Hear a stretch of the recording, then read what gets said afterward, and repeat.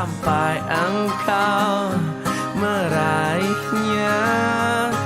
Laskar pelangi takkan terikat waktu.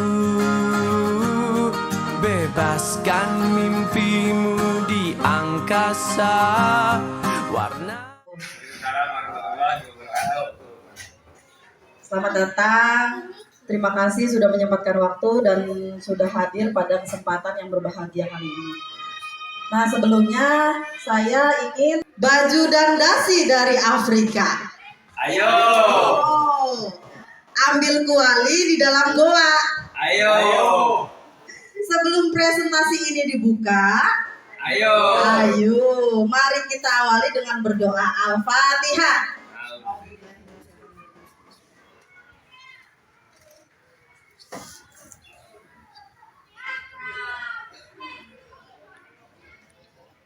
ตลอดชีวิตของครูถ้อยคำชื่นชมเชิดชูไม่ต้องให้ครูก็ได้รู้ถูกรู้ผิดมีชีวิตที่สดใสสิ่งนั้นที่ครูฝันใฝ่เพื่อเป็นแรงใจให้ครู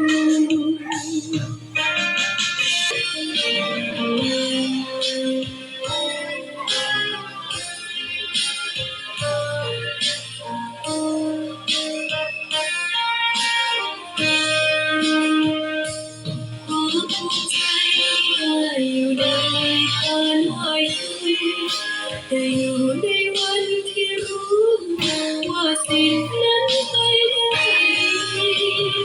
เรือจมลำเกินยังพายสุดแรงไม่มีพ่อพิมพ์แม่พิมพ์บัดนี้ยังพิมพ์คนดีสุดแรงหัวใจคุณคือสิ่งตลอดชีวิตของครูถ้อยคำชื่นชมเชิดชูไม่ต้องให้ครูก็ได้รู้ถูกรู้ผิดมีชีวิตที่สดใสสิ่งนั้นที่ครูฝันใฝ่เพื่อเป็นแรงใจให้ครูรู้ถูกรู้ผิดมีชีวิตที่ก้าวไกลเป็นคนที่ดีให้ได้นั่นคือรางวัลให้ครู Dan di video tersebut terselip sisi positifnya, yaitu seorang murid yang selalu mengingat jasa-jasa seorang guru. Bahkan ketika ia sukses nanti, jasa-jasa seorang guru akan selalu diingat. Dan di sisi buruknya, di sisi bahwa mendisiplinkan seorang murid itu tidak hanya dengan pukulan atau menyakiti murid, karena hal tersebut akan berdampak tidak baik untuk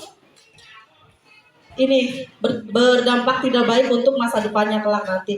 Bahkan dapat menimbulkan dendam terhadap murid, dendam terhadap guru tersebut. Seperti yang telah kita saksikan tadi, seorang murid yang dipukul oleh gurunya pakai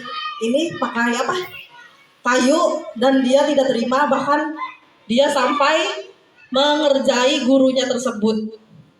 Itulah sebabnya saya mengadakan sosialisasi atau seminar hari ini. Itu bentuknya adalah sosialisasi tentang budaya positif di sekolah. Yaitu tadi kita akan membahas hari ini, ya. Terima kasih. Selanjutnya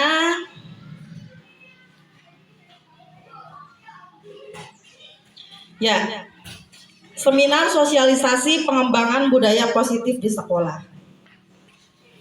Nah, sebelum itu saya punya pantun lagi untuk rekan-rekan semua. Seperti biasa, kalau saya ucapkan pantun, jawabnya apa? Ayo, ya.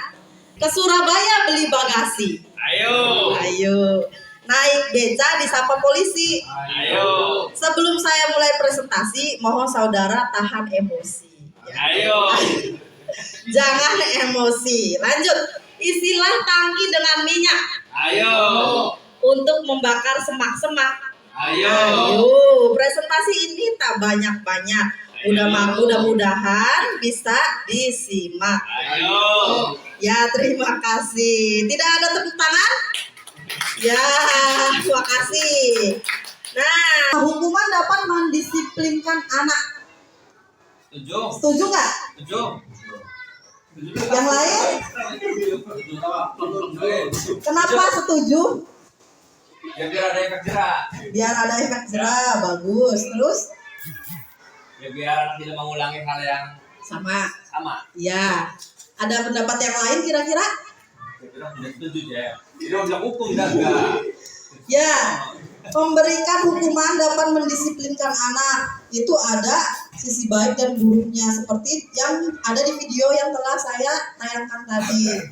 Bahwa mendidik anak dengan hukuman, apalagi sampai memukul, itu memang memberikan efek jerah, tapi bisa jadi anak itu, siswa tersebut dendam kepada kita sebagai guru.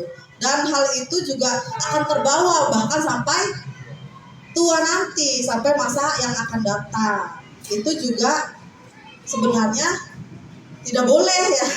Bahkan sekarang ada undang-undangnya yang melarang. Yang kedua, pemberian hukuman dengan hal positif seperti membaca atau membersihkan halaman sekolah dapat meningkatkan disiplin anak. Setuju tidak? Setuju. Kenapa? Apa alasannya? Ya, karena hukuman kan istilahnya ada dua macam ya. Ya. Tidak boleh dengan kekerasan. Tadi kan efeknya kan trauma atau sedang. Nah kalau ini hukuman yang sifatnya edukasi, Ya. kan anak menjadi pintar, bukan istilahnya lebih trauma kan. Nah, ini Ya. saya kira yang lebih efektif yang tepat itu nomor 2. Ya. Pilihan terbaik ya Pak. Ya. Pilihan Apakah lain. menjamin kalau dengan hukuman seperti itu bisa membuat anak berubah, tidak mengulangi hal yang buruk? Ya nanti kita bahas. Nanti kita bahas di slide selanjutnya ya. Ada lagi, tenang. Nah, dari pernyataan yang pertama dan kedua, ada lagi yang ketiga. Memberikan penghargaan dapat meningkatkan motivasi belajar anak. Setuju atau tidak? Memberi Penghargaan, contohnya seperti memberikan simbol bintang ketika anak berprestasi atau piagam. Jelas itu sebab nanti akan merangsang anak untuk berbuat lebih baik lagi. Ya. Dan motivasi dengan Ya. penghargaan itu. Ya, Dapat- setuju? Ya, Setuju. cara yang lebih baik. Ya, bagus jawabannya. Boleh prinsip hidup apa saja? Benda yang berharga kan? Ya, genggam erat-erat kertas tersebut seperti ibaratkan itu adalah prinsip hidup kita yang harus kita jaga seutuh. Kira-kira apa yang Anda rasakan, apa yang terjadi? Jadi dipertahankan. Iya. Jangan sampai diambil orang. Ya, betul. Ada lagi pernyataan lain? Jangan sampai jadi rumah. Ya, bertahan ya. Ya. Semuanya sepakat bertahan. Ya. Ya, semuanya sepakat bertahan artinya apa? Sesuatu yang kita hargai, sesuatu yang kita jaga selama hidup kita, kita harus menjaganya dengan sungguh-sungguh. Jangan sampai ada orang lain yang berhak menginjak-injak isi tersebut atau bahkan menghilangkannya dari hidup kita ya. Tidak perlu ditelan ya. Tidak perlu ditelan.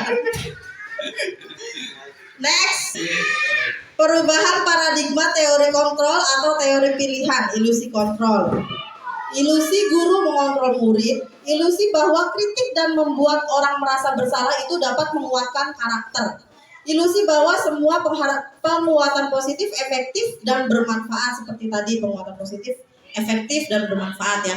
Ilusi bahwa orang dewasa memilih hak untuk memaksa. Biasanya seperti itu ya. Di rumah juga sama. Orang dewasa lebih dominan memaksa anak kecil menuruti apa yang orang dewasa itu inginkan. Seperti, itu ambil sapu, minta tolong ambilkan sapu. Anak tersebut harus nurut kepada orang dewasa tersebut. Seperti itu ya, kebanyakan di kehidupan ini seperti itu. Orang dewasa lebih dominan terhadap anak kecil atau anak-anak ya seperti di sekolah kita saja. Ya, contohnya murid harus menurut kepada guru atau orang dewasa lainnya, ya, tidak hanya dengan gurunya. Nah, perubahan paradigma stimulus respon, teori kontrol atau teori pilihan. Siapa sesungguhnya yang memiliki kontrol? Di sini ada stimulus respon, teori kontrol atau teori pilihan. Stimulus respon, kita mencoba mengubah orang agar berpandangan sama dengan kita. Artinya kita memaksa, walaupun orang tersebut memiliki prinsip yang berbeda dengan kita. Kita memaksa dengan sekuat tenaga agar orang tersebut mengikuti kita, ya. Yang kedua, perilaku buruk dilihat sebagai suatu kesalahan. Ya, misalkan contoh seorang anak berperilaku buruk, itu disebut dengan sebuah kesalahan, padahal kita tidak tahu anak tersebut itu berbuat buruk itu kenapa, apa sebabnya, apa alasannya anak itu membuat suatu keburukan atau perilaku buruk, ya. Pemaksaan ada pada saat bujukan gagal. Misalkan kita membujuk seseorang tapi kita gagal melakukannya. Biasanya pada saat keadaan terdesak, biasanya sifatnya memaksa. Ada seperti itu, ya, dalam pengalaman pribadi kita bahkan juga ada, ya. Nah, selanjutnya model berpikir menang atau kalah. Ada yang menang, ada yang kalah. Nah, itu adalah stimulus respon. Kita lihat teori kontrol atau teori pilihan. Teori pilihan, kita berusaha memahami pandangan orang lain tentang dunia. Tidak berpikir luas, tidak hanya memikirkan tentang pandangan kita sendiri. Karena pandangan orang lain juga pasti akan berbeda. Ada yang berbeda, ada yang sependapat dengan kita. Kita berpikir luas, berpikir terbuka. Yang kedua, semua perilaku memiliki tujuan. Perilaku buruk juga memiliki tujuan sebetulnya. Tapi kita tidak tahu, hanya menjudge orang tersebut berperilaku buruk saja tanpa tahu apa sebabnya, ya, seperti tadi, ya. Disiplin positif, teori kontrol, teori pilihan yang disampaikan oleh Dr. William Glasser. Yang pertama, Anda tidak bisa mengontrol orang lain, hanya Anda yang bisa mengontrol diri Anda. Lalu semua perilaku memiliki tujuan, model berpikir menang-menang, kolaborasi dan konsensus menciptakan pilihan-pilihan baru. Lalu realitas atau kebutuhan kita berbeda-beda. Kita berusaha memahami pandangan orang lain tentang dunia. Setiap orang memiliki gambaran yang berbeda. Nah, ini saling berkaitan. Yang pertama ada makna disiplin, belajar kontrol diri dengan menggali potensi kita agar tercapai tujuan mulia, yaitu sesuatu yang menjadi seseorang yang kita inginkan berdasarkan nilai-nilai yang kita hargai. Ya, jika kita tidak bisa dikontrol jika kita tidak menginginkan dikontrol orang lain atau kita bisa mengontrol orang lain, kita harus memposisikan diri terlebih dahulu dan kita harus belajar makna apa itu disiplin agar kita bisa agar kita menjadi sesuatu atau seseorang yang kita inginkan dengan prinsip yang kita hargai di dalamnya. Baru kita dapat mengontrol orang lain. Salah satunya dengan kita juga sebagai guru, ya, harus dapat mengontrol siswa, tapi ada teknik-tekniknya untuk mengontrol, tidak hanya untuk sekedar memaksa siswa tersebut untuk menuruti apa yang kita inginkan. Yaitu yang kedua, teori motivasi. Teori motivasi ada motivasi ekstrinsik dan intrinsik. Motivasi ekstrinsik biasanya dari luar, motivasi dari luar. Kalau intrinsik kebalikannya, motivasi dalam diri kita sendiri. Lalu motivasi ekstrinsik, 1 untuk menghindari hukuman, 2 untuk mendapatkan imbalan. Ya, motivasi ekstrinsik contohnya untuk menghindari hukuman dan mendapatkan imbalan. Contohnya seperti kita sebagai guru, saya yakin rekan-rekan guru semua mempunyai pengalaman yang sama ketika anak disuruh atau murid disuruh nulis engkone jadi hukum jenang ibu guru. Itu kan anak tidak termotivasi dari dalam. Anak hanya menulis agar ia dapat menghindari dari hukuman tersebut. Wedi khawatir dihukum nang pak guru ibu guru jadi nulis. Turane pampang beli yang nulis. Nah, untuk mendapatkan imbalan, misalkan, ayo nak yang mau maju ke depan ibu kasih permen, dikasih permen, anak tersebut baru mau ke depan. Kalau tidak dikasih hadiah, tidak ada yang mau maju ke depan. Itu salah satu dari motivasi ekstrinsik. Lalu motivasi intrinsik untuk menghargai diri sendiri. Ini contoh dari keyakinan kelas yang telah disepakati oleh murid-murid kelas 3 dan juga guru kelas 3-nya. Jadi tidak hanya sepihak saja, nanti kita bahas di slide berikutnya. Tidak hanya sepihak saja seperti peraturan yang telah ada kayak tata tertib. Tata tertib kan dibuat oleh wewenang sekolah, siswa tidak ikut campur, hanya melaksanakan, dan yang melanggar biasanya dapat teguran atau konsekuensi, ya seperti itu. Lalu 5 posisi kontrol. 1 penghukum, 2 pembuat rasa bersalah, 3 teman, 4 pemantau, dan 5 posisi manajer. Kira-kira dari posisi 5 kontrol itu mana yang terbaik menurut rekan-rekan? Atau pengalaman yang sudah yang telah dilakukan terhadap murid itu, 5 posisi kontrol tersebut kira-kira mana yang dominan pada diri kita sendiri? Apakah penghukum, apakah pembuat rasa bersalah, atau teman, atau pemantau, atau manajer? Saya yakin semuanya telah dipraktekkan tapi kita tidak menyadarinya, ya. Segitiga restitusi itu ada menstabilkan identitas, terus validasi kebutuhan, dan menanyakan keyakinan kelas. Nah, realitas atau kebutuhan kita berbeda-beda. Kita berusaha memahami pandangan orang lain tentang dunia. Setiap orang memiliki gambaran berbeda. Kita juga harus memahami kebutuhan dasar apa yang dibutuhkan murid-murid kita. Tidak hanya mengontrol murid seenaknya tanpa mengetahui kebutuhan yang dibutuhkan oleh setiap murid kita. 5 kebutuhan dasar manusia. Yang pertama, bertahan hidup, penguasaan, kasih sayang dan rasa diterima, kesenangan dan kebebasan. Next. Nah, makna disiplin. Makna disiplin berasal dari bahasa Latin disciplina yang artinya belajar. Belajar sepanjang hayat. Saya yakin di sini kita semuanya adalah belajar, masih belajar ya. Walaupun kita posisinya sebagai guru, tetap masih belajar.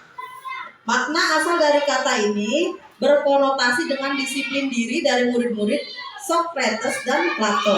Disiplin diri membuat orang menggali potensinya menuju sebuah tujuan apa yang dia hargai.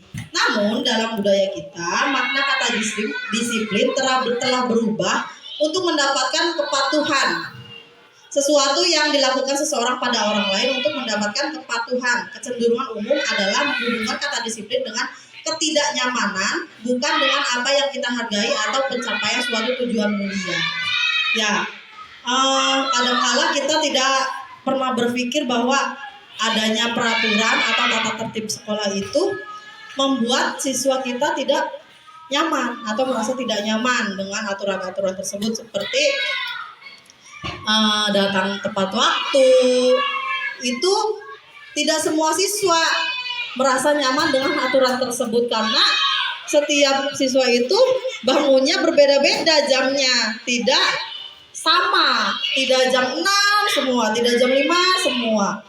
Ada juga yang tidak nyaman dengan peraturan tersebut tanpa kita sadari.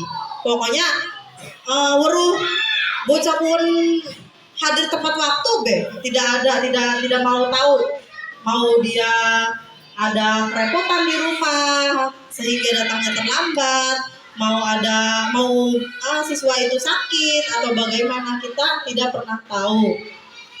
Yang kita tahu adalah siswa tersebut menjalankan tata tertib sekolah dengan baik. Lalu nilai-nilai kebajikan universal. Nilai-nilai kebajikan adalah sifat-sifat positif manusia yang merupakan tujuan mulia yang ingin dicapai setiap individu. Nilai-nilai tersebut bersifat universal dan lintas bahasa, suku bahasa, agama maupun latar belakang. Dengan mengaitkan kebajikan universal yang diyakini seseorang, maka motivasi intrinstiknya akan terbangun sehingga menggerakkan motivasi dari dalam untuk dapat mencapai tujuan mulia yang diinginkan.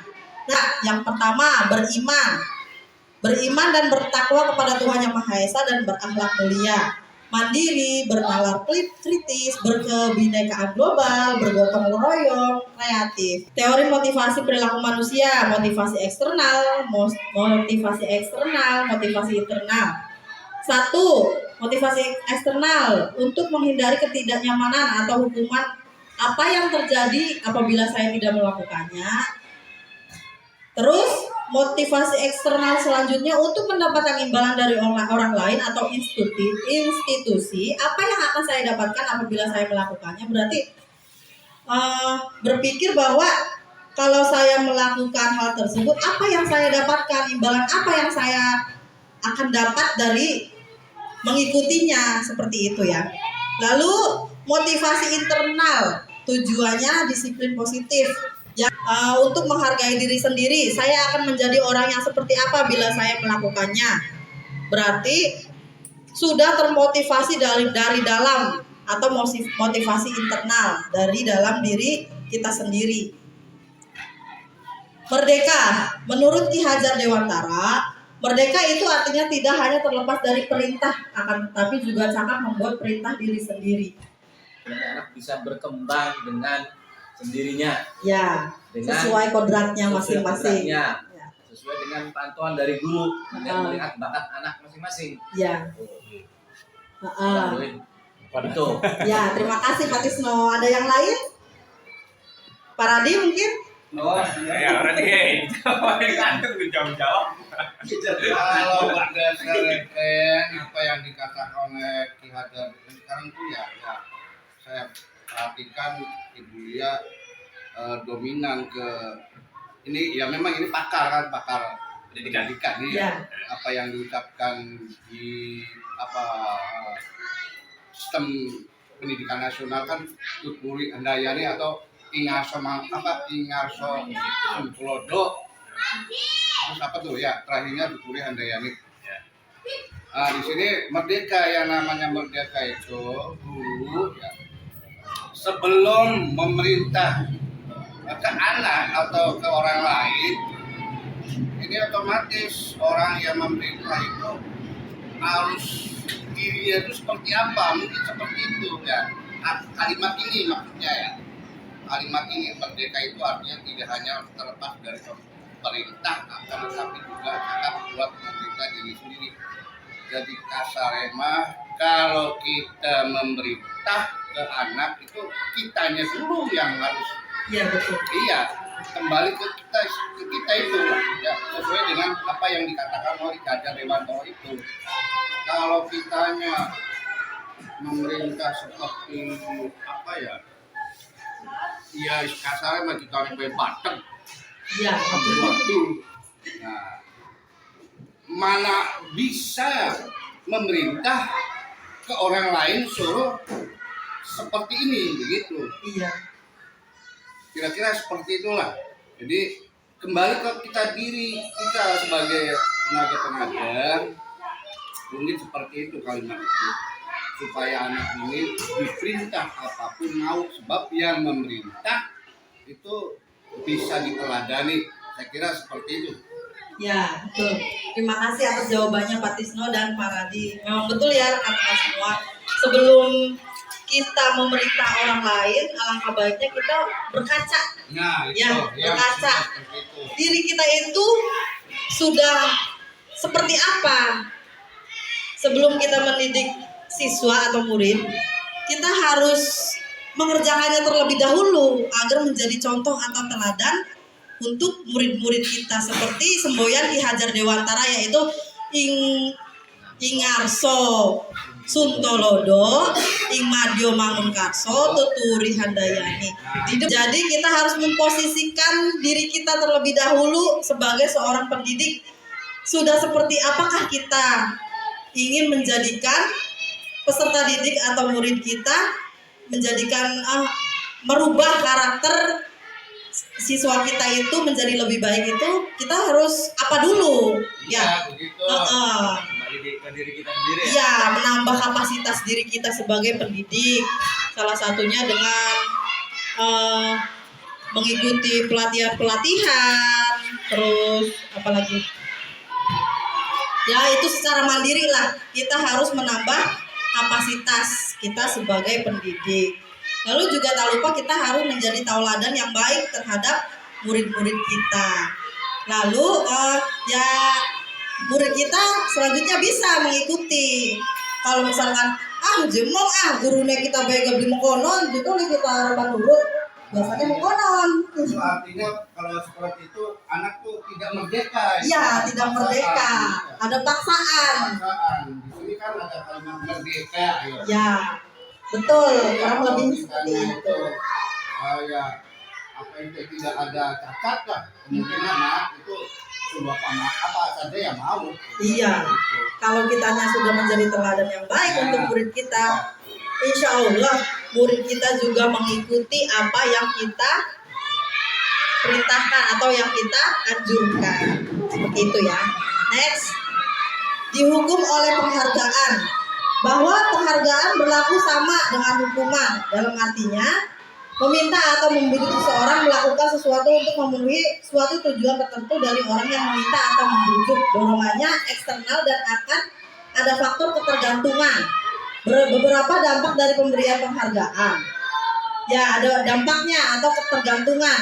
Kalau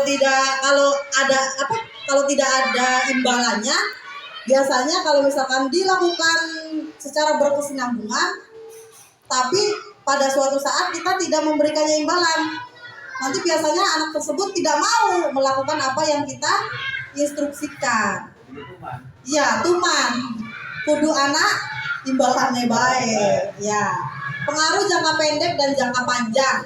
Ya, pengaruh jangka pendek dan jangka panjang. Memberikan imbalan atau penghargaan itu ada pengaruh jangka pendek dan jangka panjangnya. Penghargaan menghukum, penghargaan mengurangi ketepatan, penghargaan tidak efektif, dan penghargaan merusak hubungan. Biasanya seperti itu ya. Next, dihukum oleh penghargaan. Nah, selanjutnya penghargaan menurunkan kualitas. Ya. Yang kedua, penghargaan mematikan kreativitas. Yang ketiga, penghargaan mengurangi motivasi intrinsik dari anak tersebut. Nanti dulu Ibu lihat, ini dihukum oleh penghargaan, maksudnya gimana? Penghargaan menurunkan kualitas. Kayak apa? Iming-iming. Ya, iming-iming. Jadi menurut saya begini, kalau pengalaman saya, yang namanya penghargaan itu bukan berarti harus berupa materi, bisa acungan jempol Ya. atau apa ya istilahnya. Apresiasi Ya, itu Pak. apresiasi. Nah ya beda lagi. Nanti Ada lagi. ada lagi. Program kebajikan, apresiasi. Nah tadi ada penghargaan, ada apresiasi. Tentunya penghargaan dan apresiasi itu sesuatu yang hampir mirip-mirip lah, hampir sama. Apresiasi terhadap murid itu seperti yang sudah disebutkan para kita, kayak acungan jempol, terus tepuk tangan, itu salah satu bentuk apresiasi terhadap murid. Dalam memberikan apresiasi atau pengakuan perlu diingat beberapa hal. Beri pengakuan secara khusus kepada anak tersebut, beri pengakuan secara pribadi, beri pengakuan kepada semua murid atau secara bergantian, beri pengakuan secara konsisten, fokus pada proses. Apalagi kita sebagai tenaga pendidik di sebuah sekolah dasar. Menurut saya di sekolah dasar itu yang anak kecil lah, kelas 1, 2, apalagi kelas rendah, mereka butuh dimong gitu, dimomong lah. Mereka tidak suka yang namanya dibentak atau dikasari gitu ya. Nah, kita harus ya rajin-rajin lah memberikan pengakuan bahwa murid tersebut pada saat melakukan pada saat berani maju ke depan lah, contoh kecilnya seperti itu, berani maju ke depan, kita harus melakukan apresiasi kepada anak tersebut agar anak tersebut itu merasa bangga terhadap dirinya. Asik, ditepuk tangani oleh kalimat pembuka. Ada pembuka, nilai kebajikan pada saat situasi apa kita melakukannya. Contoh yang pertama kemarin saya perhatikan itu adalah contoh kalimat pembuka. Nilai kebajikannya, rasa empatimu besar sekali. Kalau kita gabungkan, kemarin saya perhatikan, kalau sama anak kecil, nah kemarin saya perhatikan rasa empatimu besar sekali. Nah, situasi pada saat apa? Situasi pada saat menolong murid baru di kelas kita. Contoh yang kedua, saya menghargai kepedulianmu pada saat kamu membantu teman-temanmu di tugas kelompok. Terima kasih untuk rasa tanggung jawabmu pada saat kamu memungut kertas-kertas yang berserakan di lantai. Pokoknya setiap apa yang murid lakukan, sekecil apapun itu, kita harus memberikan apresiasi terhadap anak tersebut. Tidak hanya ketika mereka melanggar saja kita tegur, tetapi kita juga harus memberikan apresiasi sekecil apapun itu. Next. Nah, di sini ada perbedaan hukuman dan konsekuensi. Tindakan guru, hukuman atau konsekuensi. Yang pertama, mencatat 100 kali di dalam buku kalimat, saya tidak akan terlambat lagi karena terlambat ke sekolah. Karena terlambat datang ke sekolah ya. Lalu, mencatat 100 kali di dalam buku kalimat, saya tidak akan terlambat lagi karena terlambat ke sekolah. Itu hukuman atau konsekuensi menurut Bapak Ibu?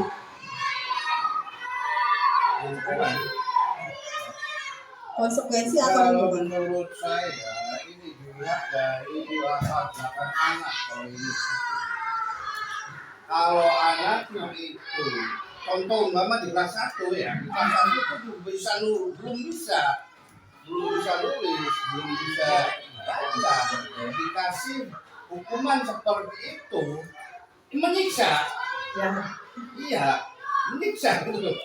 Tapi kalau di kelas dulu, kelas atas, kalau ada kita 5 mungkin ada manfaatnya hukuman seperti itu. Jadi kita lihat seberapa tingkat kemampuan anak untuk mengikuti hukuman ini. Kalau pendapat saya itu, iya. Betul Pak. Ya, terus? Jadi bukan berarti menyiksa, bukan berarti memberikan semangat. Ya, ada sisi baik dan sisi buruknya ya Pak. Iya, tergantung kitanya dulu. Memberikan hukuman seperti apa kepada kelas 1, 2, 3. Ya. Memberi hukuman seperti apa ke 4, 5, 6 itu. Tidak hanya berfokus seperti ini saja. Ya. Pukul rata, nggak boleh. Iya. Ya, itu Jadi, menurut saya. terima kasih Pak Radi. Nah, jadi setuju hukuman atau konsekuensi? Ya, itu kan bentuk hukuman supaya Hukuman. si anak tidak terulang lagi. Ya. Ya, ada pada prakteknya itu disesuaikan dengan kelasnya. Ya. Ada lagi. Berarti Patis setuju hukumannya. Yang lain ada? Barangkali konsekuensi. Ya, lanjut ke yang kedua. Lari mengelilingi lapangan basket 2 kali karena terlambat hadir di sekolah. Merupakan hukuman atau konsekuensi? Hukuman. Ya. Nah, kalau itu mau Hukuman. hukuman. Berarti setuju sepakat hukuman ya? Iya. Ya. Yang ketiga, murid diminta untuk push up 15 kali karena tidak menggunakan masker ke sekolah. Hukuman atau konsekuensi? Ya. Hukuman. Ya, setuju hukuman ya? Ya. Nah, menggantikan kertas tugas teman yang telah dicoret-coret, hukuman atau konsekuensi? Konsekuensi. Setuju, konsekuensi ya. Lalu berikutnya membersihkan tumpahan air di meja tulis karena tersenggol pada saat belajar. Konsekuensi. Konsekuensi. Murid disuruh untuk mengenakan sepatu seharian di sekolah karena tidak mengenakan sepatu hitam. Konsekuensi atau hukuman? Konsekuensi. Konsekuensi. Lari mengelilingi lapangan basket 2 kali karena terlambat 10 menit untuk pelajaran PJOK. Hukuman. Hukuman. Ya, kita lihat di slide berikutnya. Ya, mencatat 100 kali dalam buku kalimat saya tidak akan terlambat lagi karena terlambat ke sekolah. Hukuman, hukuman, hukuman, konsekuensi, konsekuensi, hukuman, konsekuensi. Ya, perbedaan hukuman dan konsekuensi. Nah, di sini ada perbedaannya. Sama, penghargaan dan apresiasi juga hampir mirip-mirip. Hukuman dan konsekuensi juga hampir mirip-mirip sebenarnya. Nah, yang pertama perbedaannya, hukuman sesuatu yang menyakitkan harus terjadi. Sedangkan konsekuensi sesuatu yang harus terjadi. Kedua, membuat anak sakit fisik maupun hati untuk jangka waktu yang lama, itu merupakan hukuman. Konsekuensi membuat anak merasa tidak nyaman dalam jangka waktu pendek. Yang ketiga, anak membenci kedisiplinan. Konsekuensi mendorong anak agar mudah menyesuaikan diri, konsep diri yang baik, anak belajar untuk mematuhi peraturan, kehilangan hak, dibuat tidak nyaman dan diasingkan untuk sementara. Nah, itu ya perbedaannya. Nanti Buya, Ya. begini, Buya harus menjelaskan ini perbedaan hukuman dan konsekuensi seperti itu. Kalau kita sebagai guru apa? Kalau tidak dijelaskan, nanti guru itu cenderung hukuman. Sesuatu yang menyakitkan harus terjadi, itu bahaya. Iya, contohnya seperti memukul murid kan? Iya, bahaya. Hukuman. Iya. Kalau ini nggak masalah ini, sesuatu yang harus terjadi, nggak ada masalah. Yang jelas, Ibu Lia harus menjelaskan hukuman itu seperti apa. Jangan sampai sesuatu yang menyakitkan harus terjadi. Kan kalimatnya saja itu. Iya. Iya kan? Itu perbedaannya Pak, perbedaan Iya. hukuman. Harus dijelaskan. Kalau saya tahunya hukuman kita terhadap anak nanti cenderungnya harus seperti ini isinya. Walaupun ya memang perbedaannya dengan konsekuensi. Iya. Nah, kita sebagai guru yang mana itu harus seperti itu, Ibu Lia menjelaskannya. Iya, konsekuensi itu pilihan yang lebih baik daripada hukuman itu Nah, sendiri. seperti itu. Iya. Diambil dari hukuman ke Jadi konsekuensi. beralih gitu Pak, hukuman. Nanti kita Iya, justru Ibu Lia harus menjelaskan. Jangan sampai kita tahunya hukuman seperti ini, konsekuensi seperti ini. Kita sebagai guru harus seperti apa kan Iya. solusinya? Nah, solusinya ada yang lebih baik dari hukuman atau bahkan konsekuensi. Kita lihat pada slide berikutnya. Nah, apa itu restitusi?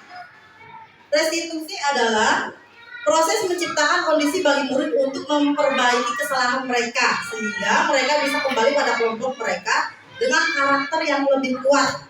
Restitusi juga merupakan proses kolaboratif yang mengajarkan murid untuk mencari solusi untuk masalah mereka sendiri dan membantu murid berpikir tentang orang seperti apa yang mereka ingin menjadi, tujuan mulianya apa, mereka ingin seperti apa gitu, dan bagaimana mereka harus memperlakukan orang lain atau menghargai orang lain. Gitu ya. Ada hukuman, konsekuensi, restitusi. Konsekuensi itu lebih baik daripada hukuman. Sedangkan restitusi adalah pilihan terbaik setelah konsekuensi. Seperti itu. Nah, di sini restitusi merupakan pilihan penguatan untuk murid atau anak dalam jangka waktu yang panjang. Korban mendapatkan ganti, murid atau anak mendapatkan penguatan. Masalah terpecahkan, murid belajar bertanggung jawab untuk perilakunya sendiri. Fokus pada pemecahan masalah dalam jangka waktu yang panjang. Apa yang kamu yakini, apa yang bisa kamu lakukan untuk memperbaiki masalah tersebut. Murid atau anak menghormati dirinya dan orang lain. Lalu selanjutnya 9 ciri-ciri restitusi. Bukan untuk menebus kesalahan, namun untuk belajar dari kesalahan. Memperbaiki hubungan. Tawaran bukan paksaan. Restitusi menuntut untuk melihat ke dalam diri. Restitusi mencari kebutuhan dasar yang mendasari tindakan. Restitusi diri adalah cara yang paling baik Restitusi fokus pada karakter, bukan tindakan. Restitusi fokus pada solusi. Restitusi mengembalikan murid yang berbuat salah pada kelompoknya. Kira-kira yang mana yang merupakan keyakinan kelas? Pilihan pertama A atau pilihan kedua? Pilihan pertama yang di sini, pilihan kedua yang sebelah sana. Yang pertama, kenapa? Kenapa? Karena untuk melakukan keyakinan kelas, kita itu harus berkoordinasi bersama murid. Kalau peraturan kan berbeda, aturan sama keyakinan itu berbeda. Keyakinan harus kita koordinasikan dengan murid, kalau aturan itu harus kita taati. Kalau ini kesepakatan kelas itu apa?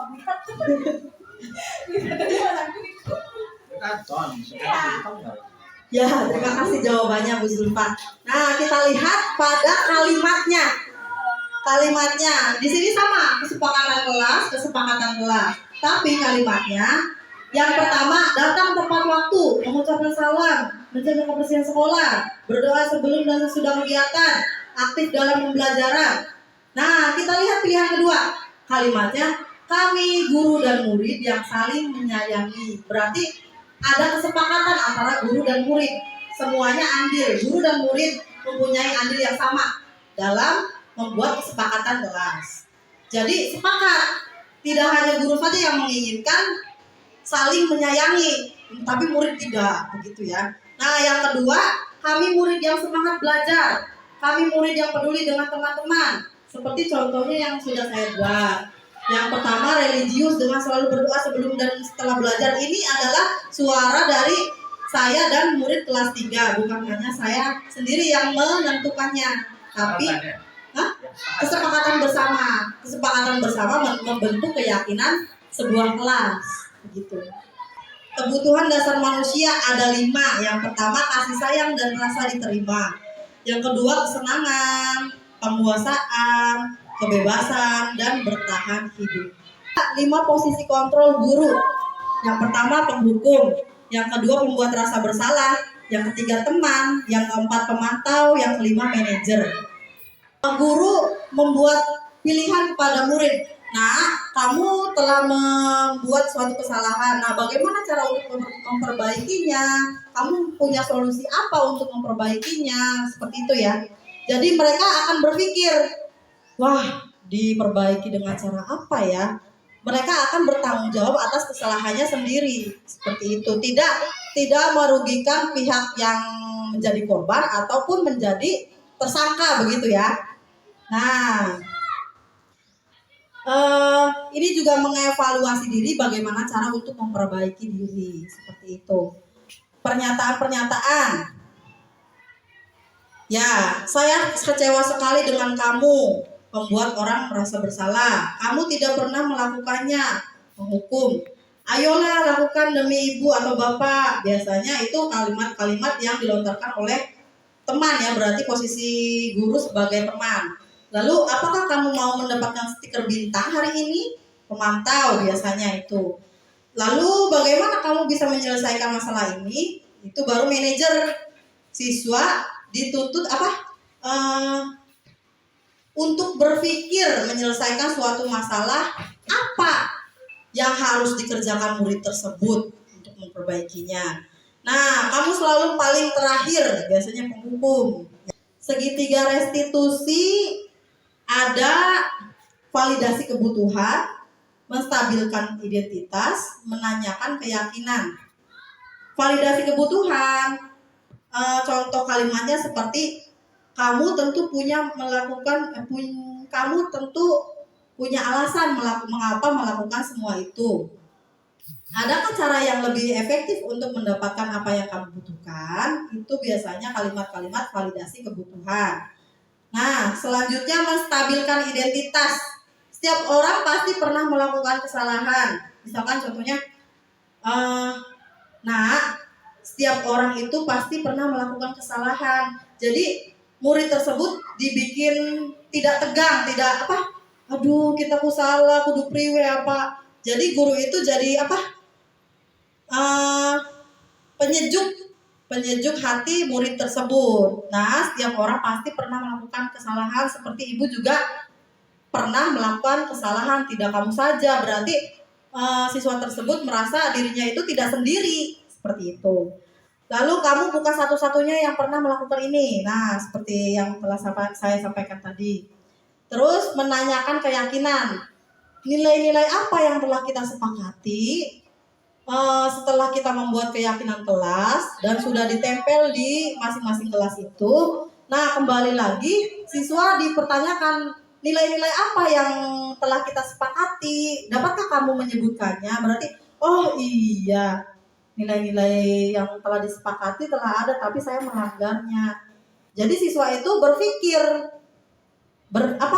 merasa dirinya itu perlu memperbaiki masalahnya sendiri.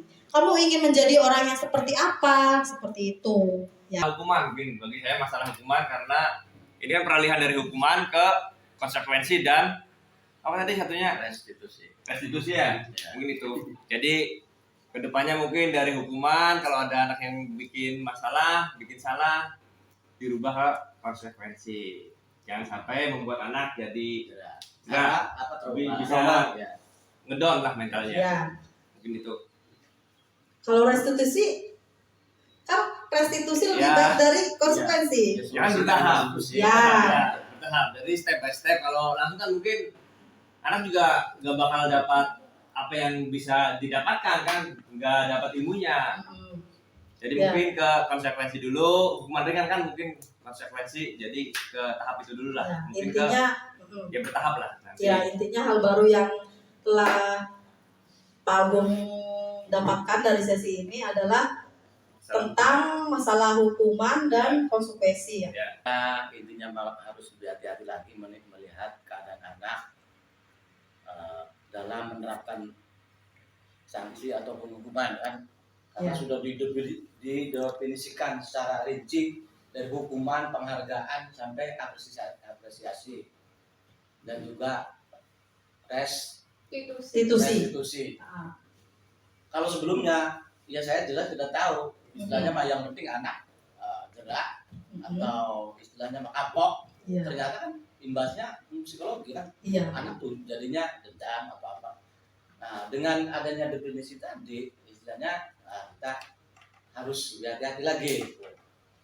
Artinya supaya anak ya tadi yang dikatakan merdeka tuh, artinya tidak tertekan apa, sehingga anak berjalan pertumbuhan mentalnya secara normal.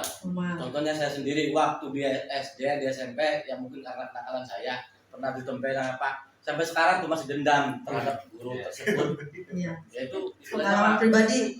Dulu mah artinya wajar, masih ada tulisan feodal kan, Belanda, sistem disiplin mati. Nah, kalau sekarang ya sudah tidak zamannya lagi. Apalagi ada undang-undang HAM segala macam.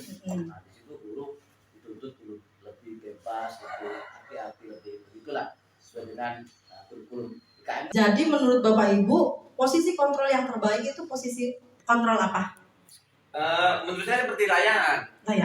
Jadi, tadi kan ada 5 posisi kontrol. Maksudnya kita bisa tarik ulur, jadi jangan terlalu dekat dan jangan terlalu jauh.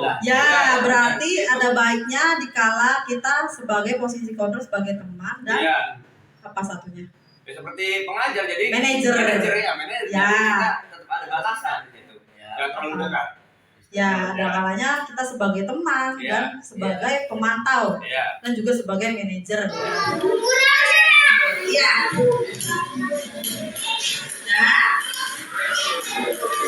Silakan dulu kembali. Nah, video yang tadi adalah penerapan membuat kesepakatan kelas bersama antara guru dan murid. Jadi guru dan murid itu bersama-sama untuk membuat kesepakatan, tidak hanya sepihak, tidak hanya guru saja yang membuat kesepakatan lalu murid harus menaatinya, tidak seperti itu. Jadi murid juga ikut andil dalam membuat kesepakatan kelas, seperti itu. Ini contoh yang telah saya terapkan di kelas 3. Dan ini sudah saya buat seperti ini agar mudah dibaca oleh setiap murid kelas 3. Ini adalah contoh kasus yang menggunakan cara penyelesaiannya menggunakan segitiga restitusi. Contoh kasus yang pertama, ketika pembelajaran sedang berlangsung, tiba-tiba ada satu murid yang datang terlambat. Sedangkan nilai disiplin adalah nilai kebajikan yang telah ada dan disepakati bersama dan menjadi keyakinan kelas, yaitu hadir tepat waktu. Terlambat datang ke sekolah sangat bertentangan dengan salah satu keyakinan kelas 3. Sebagai guru, saya harus melaksanakan tindakan suatu penyelesaian masalah dengan menggunakan segitiga restitusi.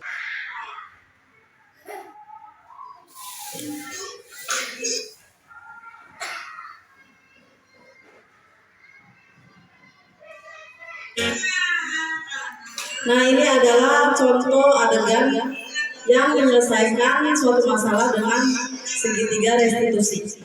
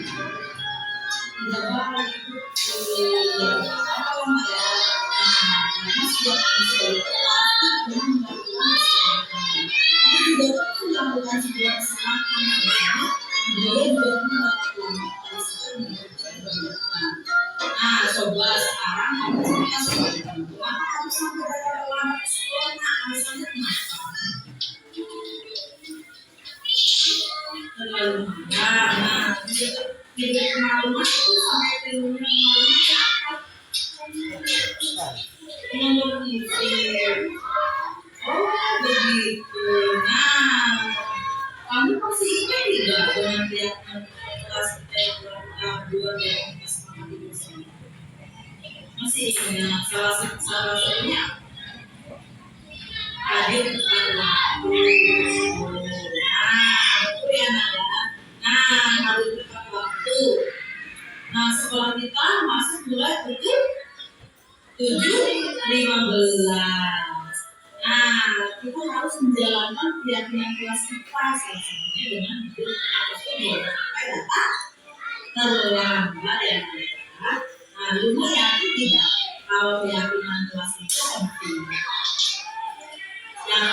Yakin juga bahwa keyakinan kelas yang itu adalah bermanfaat bagi kita. Sekarang bertanya sendiri, bagaimana supaya Luna itu tidak berlangganan lagi di sekolah?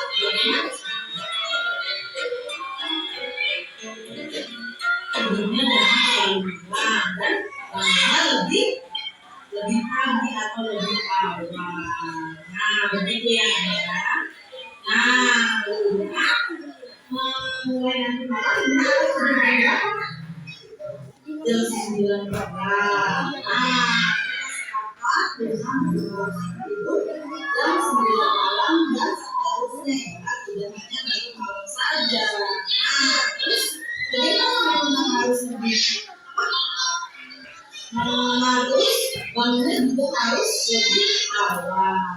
Dengan begitu, Luna bisa bangun lebih awal dan tidak datang lambat ke sekolah. Ini kalau apa yang harus dilakukan. Sekarang Luna akan berubah atau mengubah kebiasaannya hari ini ya, betul ya. Dibilangin Luna akan berubah menjadi yang lebih baik lagi ke depannya. Terima kasih semuanya ya. Kasus yang kedua yaitu peristiwa terjadi ketika seorang murid di kelas membuang sampah sembarangan, sedangkan di kelas 3 sendiri memiliki keyakinan kelas yaitu tidak membuang sampah sembarangan. Hal tersebut termasuk ke dalam nilai-nilai kebajikan universal yaitu nilai tanggung jawab. Tentu seorang murid harus meyakini dan melaksanakan dengan baik apa yang telah menjadi kesepakatan bersama. murid harus belajar disiplin serta tanggung jawab dengan apa yang dilakukannya. Sebagai seorang guru, saya melaksanakan tindakan penyelesaian masalah dengan segitiga restitusi. Safira tahu nggak kenapa Safira ini dipanggil? Nggak tahu. Ibu dan Safira bahwa Safira itu membuang sampah sembarangan di kelas. Itu benar atau tidak? Benar. Alasan Safira melakukan itu apa?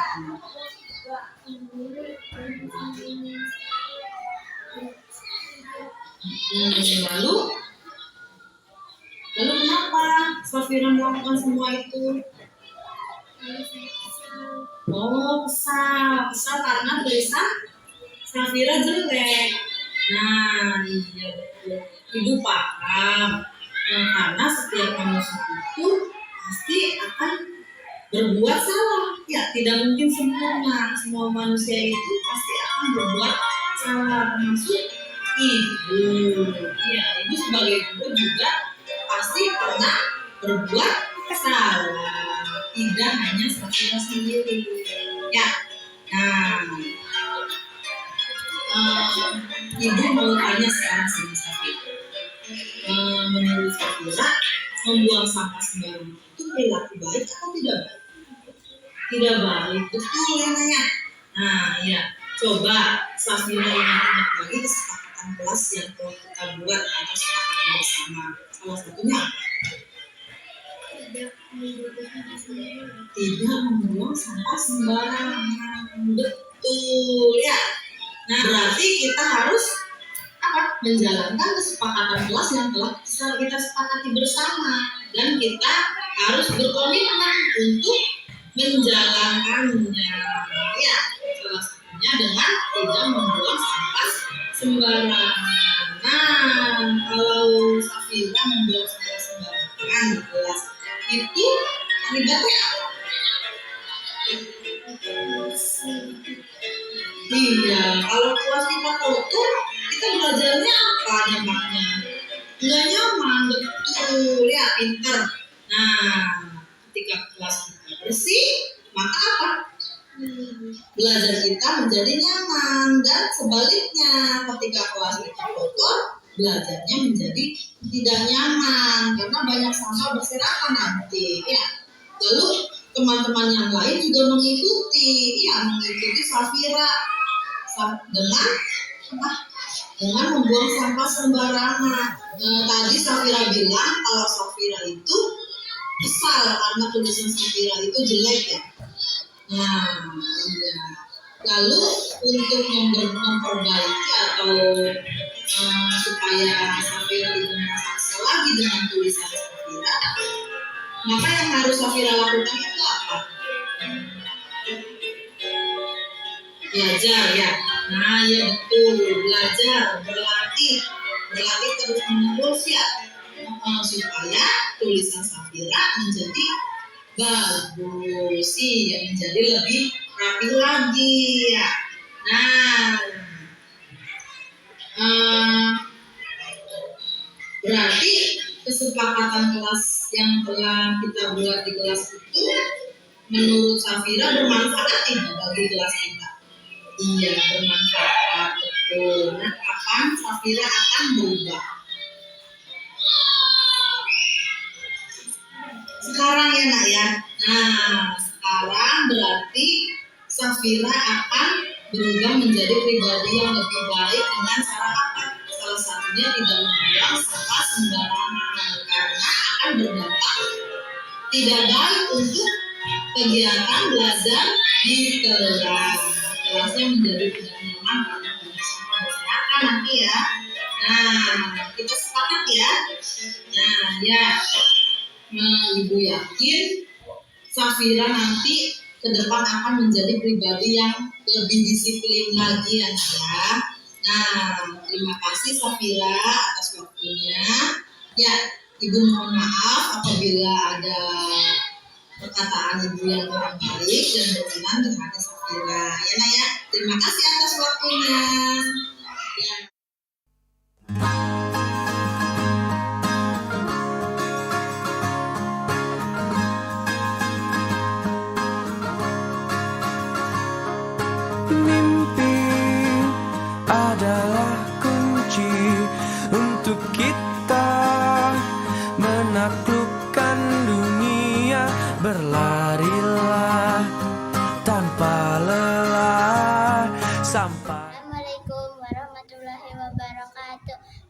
kelas 3, saya ketua kelas. Dan adanya keyakinan kelas kita, kelas 3 jadi tertib dan saya senang belajar di sini. Wassalamualaikum warahmatullahi wabarakatuh.